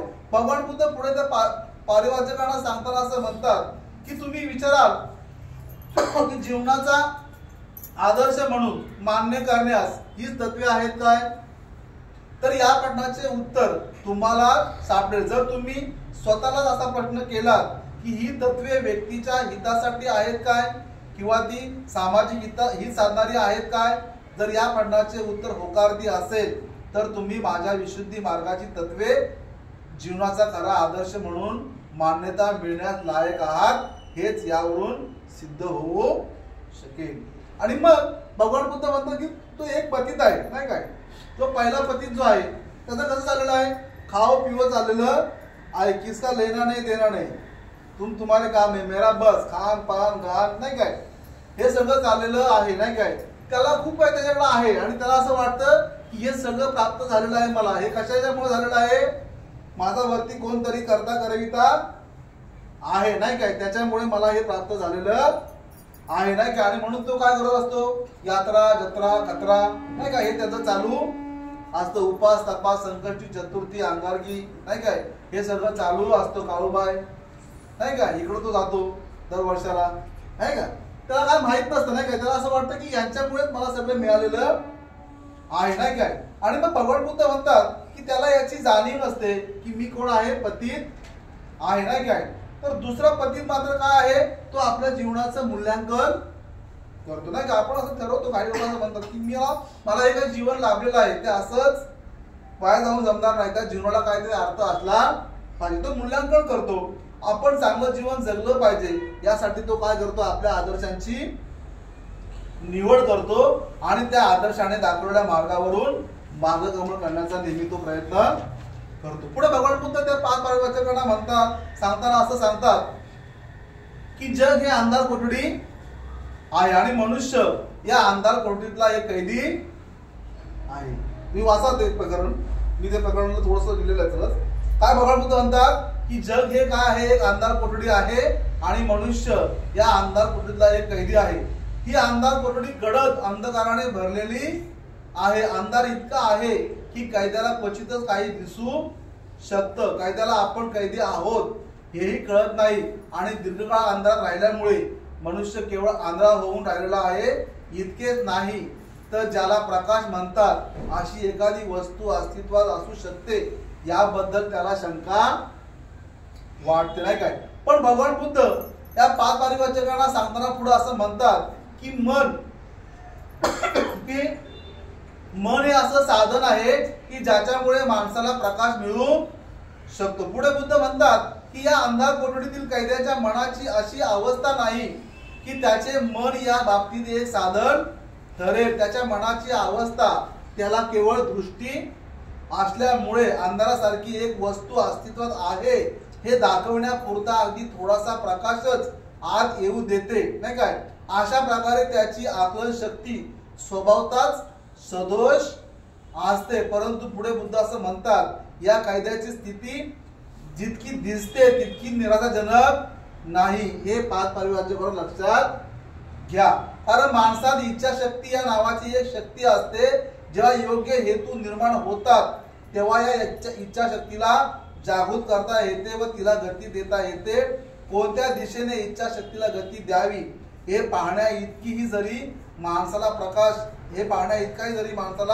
प्रकाश मिळाला तरी तो मनुष्य अशा प्रकारे आपल्या इच्छाशक्तीला गतिमान करू शकेल की शेवटी त्याची इच्छा शक्ती त्याला बंधमुक्त करेल. अशा प्रकारे मनुष्य जरी बंधनात असला तरी तो बंधमुक्त होऊ शकेल आणि शेवटी स्वातंत्र्याकडे नेणारी पावले टाकण्यास तो कोणत्याही क्षणी सुरुवात करेल नाही काय. खूप महत्वाची गोष्ट बाबासाहेबांनी बुद्धाच्या धम्मर या ग्रंथामध्ये मांडलेली आहे. मग आता सांगा आपण आपला प्रतीक आहोत. मग आता आपण सांगा आपल्याला आपण प्रतीक आहोत, आपण आंधळे आहोत, अज्ञानी आहोत, अंधार कोठडीत कैदी आहोत याची जाणीव कुणी करून दिली? कुणी? अर्थात बुद्धाने किंवा बाबासाहेबांनी करून दिलेली आहे नाही काय. आणि मग या अंधार कोठडीतून कसं बाहेर पडलं पाहिजे याची जाणीव बाबासाहेबांनी करून दिलेली आहे. तीर्थ बौद्ध महासंघाचे संस्थापक पूज्य भंते उर्गेन संघरचित यांनी पण आम्हाला जाणीव करून दिलेली आहे. आणि आजचा आपला तोच विषय आहे. 15 मिनिटांमध्ये मी संपवणार आहे. तर आपण सर्वांचे आदर्श कोण आहेत? बाबासाहेब हे आपले आदर्श आहेत, भगवान बुद्ध आदर्श आहेत आणि भंते उर्गेन संघरचित सुद्धा काय म्हणतात? भंते असं म्हणतात की मी बाबासाहेबांचा अनुयायी आहे नाही काय असं म्हटलंय. तर मग आपण या आदर्शांना आणि अनुयायांना पाहण्याचा आपण काय करणार आहोत? प्रयत्न करणार आहोत नाही काय. आणि मग आपण आपल्याकडे येण्याचा प्रयत्न करूया नाही का. आपण सगळ्यांना माहिती आहे की बाबासाहेबांनी भगवान बुद्ध, संत कबीर आणि महात्मा फुले यांना काय केलेलं आहे? गुरु मानलेला आहे, आदर्श मानलेला आहे. आणि बाबासाहेबांनी एक त्यांचा शिष्य म्हणून, एक त्यांचा अनुयायी म्हणून त्यांची भूमिका अगदी आपल्या आदर्शांना साजेशी अशी भूमिका बाबासाहेबांनी प्रेझेंट केलेली आहे. ते पण आपण आज पाहत असताना मला अनेक नाही का अनेक गोष्टी किंवा अनेक माझं तुम्ही स्टेटस बघाल ना का, त्या स्टेटस मध्ये हिंदी गाणी असतात. मला ते खूप आवडतात ते ऐकायला नाही का, जे अर्थपूर्ण असतात नाही काय. जसं एकमेका नायक आणि नायिका चित्रपटामध्ये असतात ना, तसं आदर्श आणि अनुयायांचं जीवन असतं. त्यांचं एकमेकावरती खूप प्रेम असतं. अर्थात शारीरिक प्रेम नाही तर इथं वैचारिक लेवलचं प्रेम आलं नाही काय.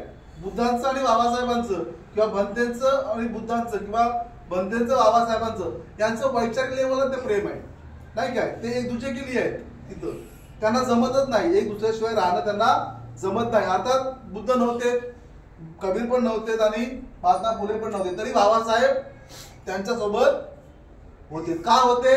तर त्यांच्या विचाराच्या माध्यमातून बाबासाहेब त्यांच्यासोबत होते नाही का. आणि म्हणून एखादी व्यक्ती किंवा अनुयायी जेव्हा आपला आदर्श निवडतो तेव्हा तो त्या आदर्शांनी घालून दिलेल्या तत्व प्रणाली आपल्या प्रत्यक्ष जीवनामध्ये उतरवण्याचा प्रयत्न करतो. ही खूप महत्वाची गोष्ट आहे नाही काय. एकदा का आदर्श निवडला त्या अनुयायांनी की मग काय होतं, तशा प्रकारचं चालू होतं ट्युनिंग नाही का. त्याचं आदर्शांनी काय सांगितलेलं आहे त्याचा तो चिंता करत असतो आणि तसाच तो वागण्याचा प्रयत्न करत असतो. एवढंच नव्हे तर तो आदर्शांची कृती तो अनुयायी आपल्या जीवनामध्ये त्याची अंमलबजावणी करतो.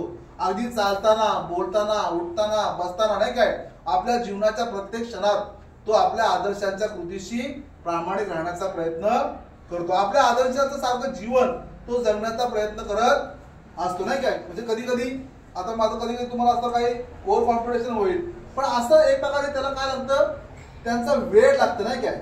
त्यांच्या त्या विचारांचं त्यांना वेळ लागतं असं म्हणू शकतो आपण. एक प्रकारचा नाद लागतो नाही काय, दुसरं काय सुचत नाही. म्हणजे एकदा का तुम्ही ठरवलं की मला बुद्धांच्या सारखं वागायचं आहे, बुद्धांच्या सारखी मला कृती करायची आहे, बाबासाहेबांच्या सारखी कृती करायची आहे, मग तुम्ही किंवा आपण आपल्यावर कोणतीही वाईट परिस्थिती आली तरी आपण तो आदर्श अनुयायी जो आहे तो काही मागे हटत नाही. किती मोठी परिस्थिती समोर आली, कितीही परिस्थितीचा मोठा सामना करावा लागला तरी त्या अनुयायाला एक प्रकारचं वेळ लागलेलं असतं, आपल्या आदर्शांचं वेळ लागलेलं असतं.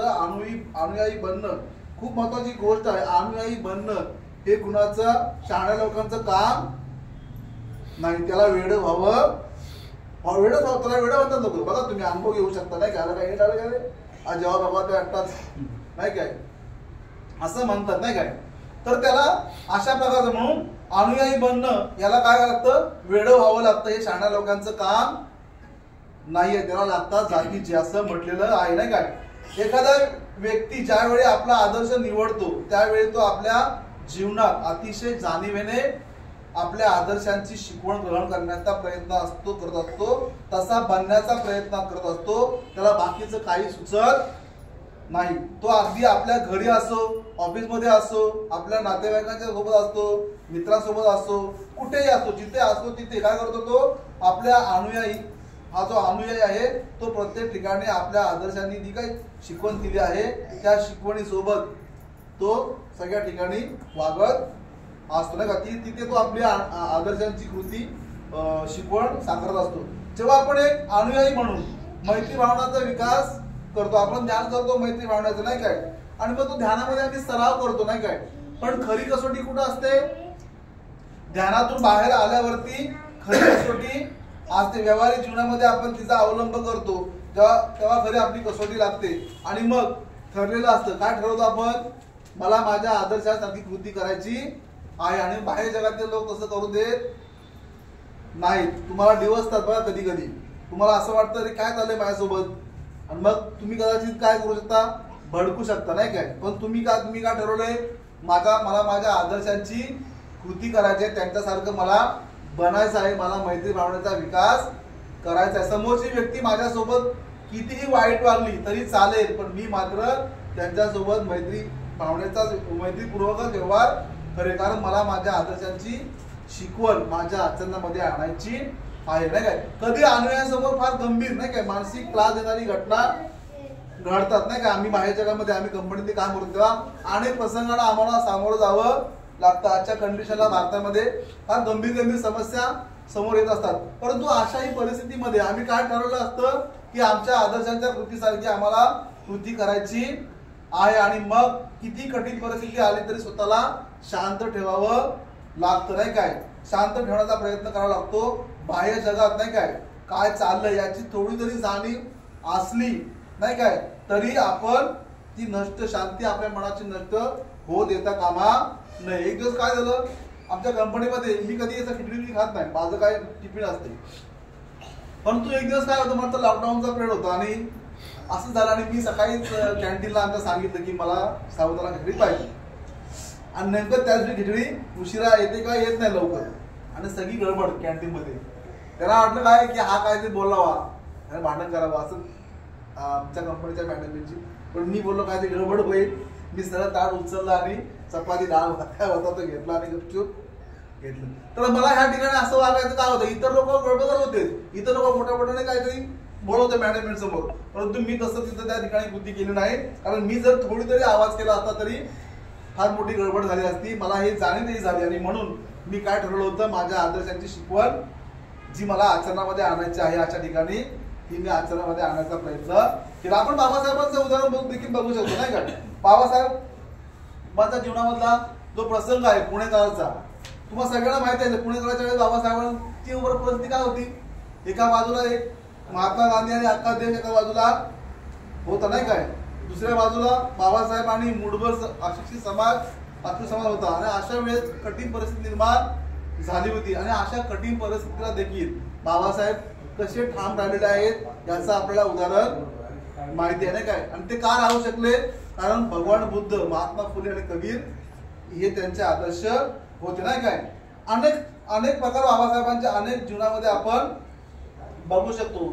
आदर्श अनुयायी जो असतो तो काय करतो, अशा परिस्थितीमध्ये स्वतःला शांत ठेवतो, मौनामध्ये जातो, एकांतात जातो नाही काय. अगदी भारतीय राज्यघटनेचं उदाहरण देखील आपण बाबासाहेबांचं बघू शकतो की कशा प्रकारे बाबासाहेबांना अडवणूक झाली, परंतु बाबासाहेबांनी काय केलेलं आहे, भारतीय संविधान सभेमध्ये एंट्री केलेली आहे. आणि बाबासाहेबांकडून ते संविधान पडलं म्हणून आज आपलं जीवन चांगल्यापैकी आपण जगत आहोत नाही काय. तर अशा प्रकारे आदर्श जो आहे तो काय, अनुयायी जो आहे तो काय करतो, आपल्या आदर्शांची रिप्लाय करतो नाही काय. कुठेही असं तिथे नाही काय आपणही आपल्या जीवनात ज्यावेळी आपल्या अशा प्रकारची संधी मिळेल तेव्हा आपणही बाबासाहेबांची कृती केली पाहिजे नाही काय. जिथे कुठे आपण असू नाही काय, मग समाजामध्ये असो, नातेवाईकांच्या मध्ये असो, जिथे कुठे आपण असू तिथे आम्ही काय केलं पाहिजे, आमच्या आदर्शांची नाही काय कृती केली पाहिजे. किती मोठी मोठी संकट जरी आपल्यावरती आली तरी त्या संकटांना काय केलं पाहिजे, आम्ही सामोरं गेलं पाहिजे. त्या संकटांना आम्ही शांत केलं पाहिजे किंवा त्या संकटाच्या वेळेस सुद्धा आमची हलचूल नाही झाली पाहिजे. एक दीपस्तंभासारखे आम्ही असलं पाहिजे. सुरुवातीला अनुयायी आदर्शाने दाखवलेल्या मार्गावर चालण्याचा जेव्हा प्रयत्न करतात नाही काय तेव्हा काय होतं, ते कोलमडतात नाही काय, अपयशी होतात नाही काय. अनेक वेळा त्यांना अपयशाला सामोरं जावं लागतं नाही काय. पण तरीही तो काय करतो, अनुयायी आपल्या आदर्शांच्या मार्गावर चालण्याचा प्रयत्न करतो, पडतो, धडपडतो नाही काय, पण पुन्हा पुन्हा तो उठण्याचा प्रयत्न करतो. हळूहळू काय करतो, मग तो अनुभव घेतो आणि मग तो त्या परिस्थितीतून, त्या अनुभवातून स्वतःला सावरतो आणि आदर्शांच्या मार्गावरती हळूहळू चालत राहतो. बौद्ध धर्मामध्ये अनुयायी बनणे म्हणजे व्यक्ती किंवा माणूस बनण्याच्या प्रक्रियेमध्ये येणं आहे नाही काय. सर्वसामान्य माणसाच्या जीवनामध्ये आदर्श नाही. मग मी पती सांगितले, दोन प्रकारचे पती नाही काय, त्यांना काय घेणं देणं नाही आहे. परंतु आपल्याला काय करायचं आहे, आपल्या जीवनाचं मूल्यांकन आपल्याला माहीत झालेलं आहे. तशा प्रकारचा आम्ही काय करतो, प्रयत्न करत असतो आणि म्हणून आम्ही आदर्श निवडतो नाही काय. याचा अर्थ आपण मनुष्य नाही असं समजून आहे ना काय. आपण देखील मनुष्य आहोत किंवा अनुयायी आहोत. तर आपण मनुष्य जरी असलो तरी आपण आपल्यामध्ये अजून काय आहे, अज्ञान आहे नाही का, अविद्या आहे. आणि ही अविद्या नष्ट करण्यासाठी, हे अज्ञान नष्ट करण्यासाठीच आपण काय केलेलं आहे, आपल्या आदर्शांची निवड केलेली आहे नाही काय. अगदी आपण आपल्या घरापासून नाही काय ते सगळ्या ठिकाणी आपण बघू शकतो, ज्या ज्या परिस्थितीला आपण निर्माण होतात आपल्या समोर, त्या परिस्थितीला आपण काय करत असतो, हँडल करत असताना आदर्शांची शिकवण समोर ठेवतो आणि त्या परिस्थितीला पार करत असतो नाही काय. अगदी जसं तसं नाही काय हे आम्हाला पाहायला मिळालेलं आहे. अगदी सामाजिक कार्य करत असतो किंवा कार्यालयामध्ये काम करत असतो, सर्वसामान्य मनुष्य नाही काय किंवा साधारण मनुष्य आपल्या जीवनामध्ये आदर्श निवडतो आणि मग तो आपल्या आदर्शाने दाखवलेल्या मार्गावर मार्गक्रमण चालू करतो, तेव्हा खऱ्या अर्थाने त्याच्या जीवनाला काय होते, सुरुवात होते. आणि त्या संघर्षमय जीवनात तो आपल्या आदर्शांनी घालून दिलेले जे काही नियम आहेत नाही काय, शिकवण जी आहे ती जेव्हा तो प्रत्यक्ष आपल्या जीवनामध्ये उतरवतो, तसा वागतो आणि मग तो काय करतो, जिथे कुठे त्याला अडचणी आलेल्या असतात त्या अडचणीतून तो सहज बाहेर पडतो नाही का. ही खूप महत्वाची गोष्ट, अगदी यशस्वी सुद्धा होतो नाही काय, आपण बघू शकतो. परंतु एवढं सगळं जरी आपण करत असताना नाही काय, एक आपल्याला असं लक्षामध्ये यायला पाहिजे की मी एक बुद्ध बोधिसत्वांचा अनुयायी आहे. ही खूप महत्वाची गोष्ट आहे. आदर्श अनुयायी म्हणून जेव्हा मी आमच्या आदर्शांची शिकवण ग्रहण करतोय त्यावेळेस एक बुद्ध आणि बोधिसत्वांचा मी अनुयायी आहे. मी बदला घेतला नाही पाहिजे. जी कठीण परिस्थिती आली, मला कोणी शिव्या दिल्या समजा फॉर एक्झाम्पल, पण मी कोणाचा आदर्श मानलेला आहे, भगवान बुद्धाला आणि बोधिसत्वांना आदर्श मानलेला आहे आणि मला कोणी शिव्या देत आहे, तर मग मी काय केलं पाहिजे त्या ठिकाणी. जर शिव्या दिला तर काय होईल, हे काय धर्मचारी असला, तुमच्याकडनं अशी अपेक्षा नव्हती अशी लोक म्हणणार बघा नाही काय. तुम्ही तर ठीक आहे तो असा होता पण तुम्ही असं म्हणायला पाहिजे नको नाही काय, असं लोक म्हणणार.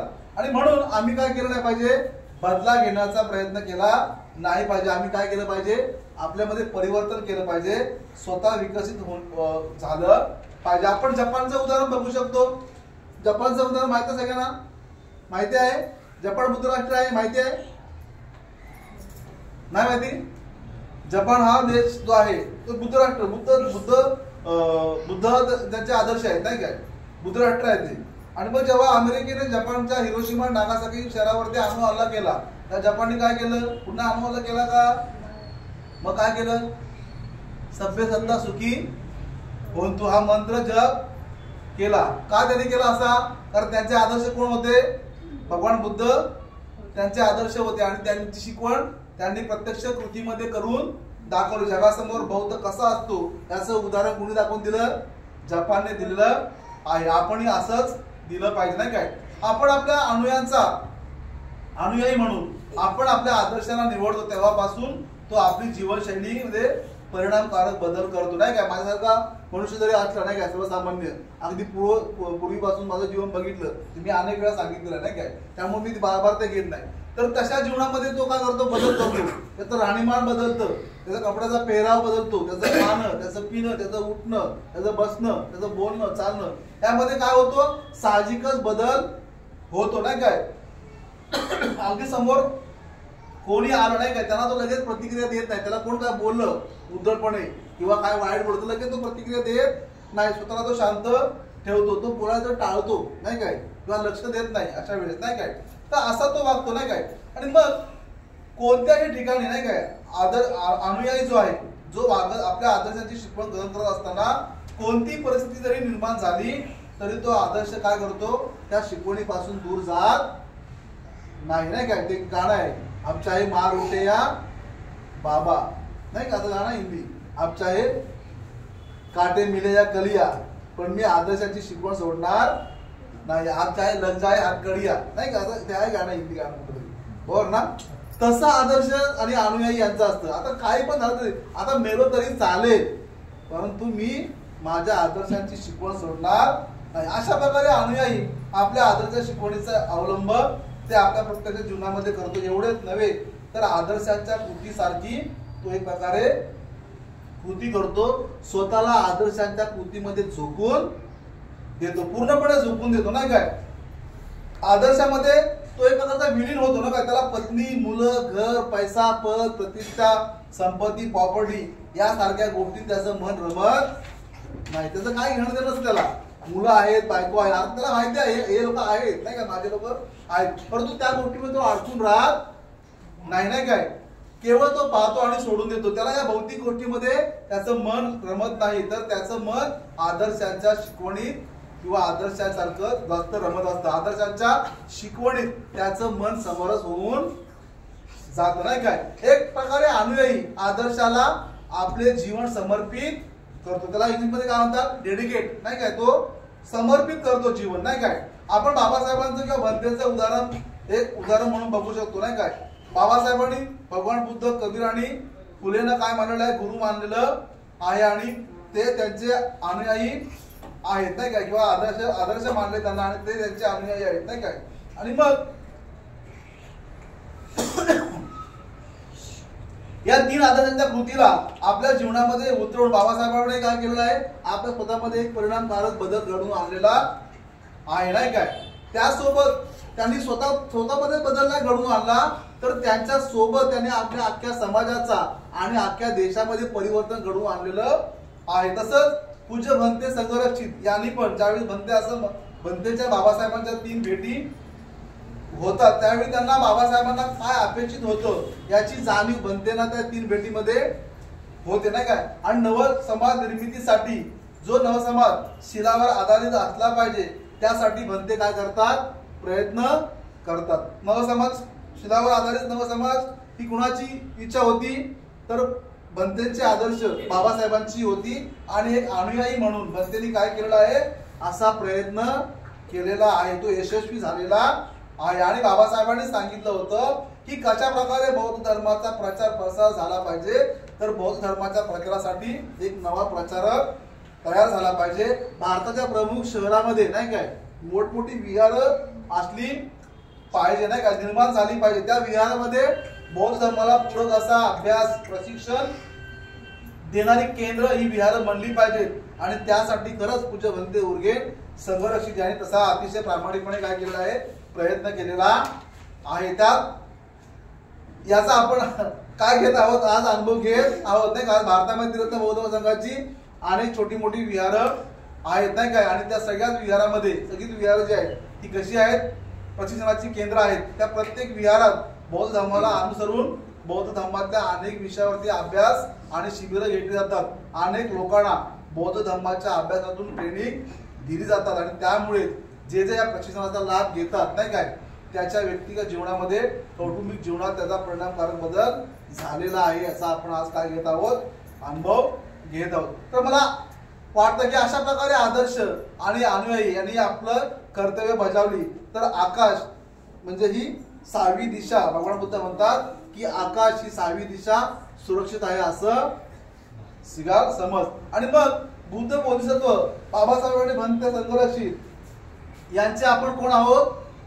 आपण कोण आहोत? अनुयायी आहोत का? केवळ प्रतिमाच्या माध्यमातून त्यांना न पुसता, केवळ पुस्तकांचं वाचन न करता त्यांनी काय सांगितलंय आपल्या जीवनामध्ये ते आम्ही केलं पाहिजे. आम्ही मग पंचशीलेचं आचरण करतो का?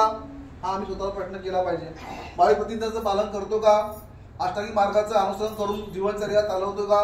बाबासाहेबांनी शिलाचरणावर आधारित नवसमाज निर्माण करायला सांगितलं आहे. काय मी या नवसमाज निर्मितीमध्ये स्वतःला समर्पित करतोय का? त्याचा एक हिस्सा बनतोय का? नाही काय मी 4 ब्रह्मविहाराचं मैत्री, करुणा, मुदिता, उपेक्षा यांचं आचरण करतोय का? काय मी सुसंवादी वाचेचा आचरण करतोय का? काय मी ममतापूर्ण वाचेचा, सत्यतापूर्ण वाचेचा, मृदू वाचेचा, उपयुक्त वाचेचा उपयोग मी माझ्या जीवनात करतोय का? काय मी बोधिसत्वाने दिलेल्या 10 पारमिता पाळण्याचा प्रयत्न करतोय का? काय मी एक बौद्ध अनुयायी म्हणून बुद्ध आणि बोधिसत्वांनी सांगितलेल्या शिकवणीचा मी माझ्या जीवनामध्ये अंमलात आणतोय का? काय मी बाबासाहेबांनी भारत बौद्धमय करण्याच्या निर्मितीत एक छोटासा का होईना एक हिस्सा बनण्याचा प्रयत्न करतोय का?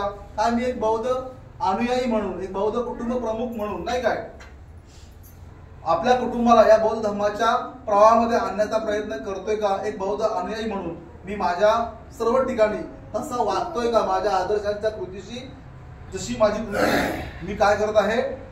कंपॅरिझन किंवा मी त्याला आपण म्हणू शकतो की मी सची समरस करून घेण्याचा प्रयत्न करतोय का? किंवा मी इतर धर्मियांशी, जे माझ्यासोबत इतर धर्मी आहेत त्यांच्यासोबत मी बंधुभाव जपण्याचा प्रयत्न करतोय का? तर अशा प्रकारे आम्ही स्वतःला काय केलं पाहिजे? प्रश्न केला पाहिजे. अनुयायी म्हणून मी त्रिरत्न बौद्ध संघाचा धर्ममित्र आहे, धर्मचारी आहे. मग मी भंते संघरक्षित यांचा अनुयायी आहे. मी रोज नेहमी ध्यान करतो का? नाही काय, धम्म अभ्यास करतोय का? मी धम्मचिंतन करतोय काय? मी स्वतः संपन्न राहण्याचा प्रयत्न करतो काय? मी नेहमी धम्म वर्गाला, चॅप्टरला, मित्र डेला, ऑर्डर मिटिंगला, ऑर्डर डेला जाण्याचा प्रयत्न करतोय काय? काय मी नियमित माझ्या कल्याणाच्या संपर्कात आहे का? की त्यांच्याशी खुला संपर्क करतोय का, काय मी धर्ममित्र धर्मचारी म्हणून माझी जी काही शिबिरं आहेत ती मी नियमित करण्याचा प्रयत्न करतोय का, काही धर्ममित्र आणि धर्मचारी जो काही आहे नाही काय तसा मी माझा आचरण माझं बंधेने सांगितल्याप्रमाणे त्या शिकवणीप्रमाणे मी करण्याचा प्रयत्न करतोय का, अगदी जागृतीपूर्वक तसं मी जीवन जगतोय का, हे मी अनुयायी म्हणून मी करतोय का याची आम्हाला जाणीव असली पाहिजे. तसा प्रयत्न आम्ही केला पाहिजे. आणि त्याचबरोबर सगळ्यात शेवटी सर्वसामान्य बौद्ध म्हणून एक अनुयायी म्हणून नाही काय मी बाबासाहेबांचा अनुयायी म्हणून सगळीकडे आपले लोक जे काय म्हणतात की मी बाबासाहेबांचा अनुयायी आहे नाही काय, मी भीम योद्धा असे म्हणतात लोक नाही काय. पुण्यामध्ये भीम योद्धे खूप आहेत, परंतु काय ते भीम योद्धे बाबासाहेबांची शिकवण जाणतात का, जर ते जाणत असतील तर तशा प्रकारची कृती करतात का याची देखील आम्ही काय केली पाहिजे, अवलोकन केलं पाहिजे नाही काय. कारण मी ज्या महापुरुषांचे अनुयायी स्वीकारलेले आहेत ते सर्वसाधारण आदर्श नाही, ते जगप्रसिद्ध आणि संपूर्ण विश्व त्यांच्या पावलावर चालण्यासाठी आजच्या घडीला विचार करत आहे. माझे आदर्श हे साधे सुद्धा आदर्श नाहीत, तर त्यांनी आपल्या कर्तृत्वावर आपल्या कार्याचा या जगामध्ये ठसा उमटवलेला आहे असे माझे आदर्श आहेत आणि मी त्यांचा अनुयायी आहे. खरंच आपल्याला त्यांनी दाखवलेल्या मार्गाचं अनुसरण केलं तर एक अनुयायी म्हणून आपण सर्व क्षेत्रामध्ये विकसित असे बुद्ध आणि बोधिसत्वांचे अनुयायी म्हणून आपली मान उंच करून चालू शकतो, बोलू शकतो, आम्ही राहू शकतो. मग काय आपल्याला कसा पतित बनायचे आहे याची काय केली पाहिजे, आपणच विचार केला पाहिजे. तर अशा प्रकारे सिगालवा सूत्रामध्ये 6 दिशा सांगितल्या. मला माफ करा आज सगळ्या सारांश सांगून मला पुढची दिशा सांगायची होती म्हणून 15 मिनिटं जास्त केलेली आहेत. तर अशा प्रकारे आदर्श आणि अनुयायी हे कसं आहे, जो वादा किया हो निभाना पडेगा नाही काय, रोके जमाना चाहे रोके खुदाई तुमको आना पडेगा असं आदर्श आणि अनुयायांचं असतं नाही काय. जे ठरवलेलं आहे तो अनुयायी करत असतो. तर धन्यवाद, आपण सगळ्यांनी मला ऐकून घेतलं. मी सगळ्यांची माफी मागतो की थोडा वेळ झाला, परंतु माझ्याकडून चुकलं मला माफ करा. मुंबई नवी मुंबई क्षेत्राने मला या बोलण्याची संधी दिली त्याबद्दल मी त्यांचे आभार मानतो. सगळ्यांनी मला थोडंसं ऐकून घेतलं त्याबद्दल सगळ्यांचे आभार मानतो. सगळ्यांना जय हिंद.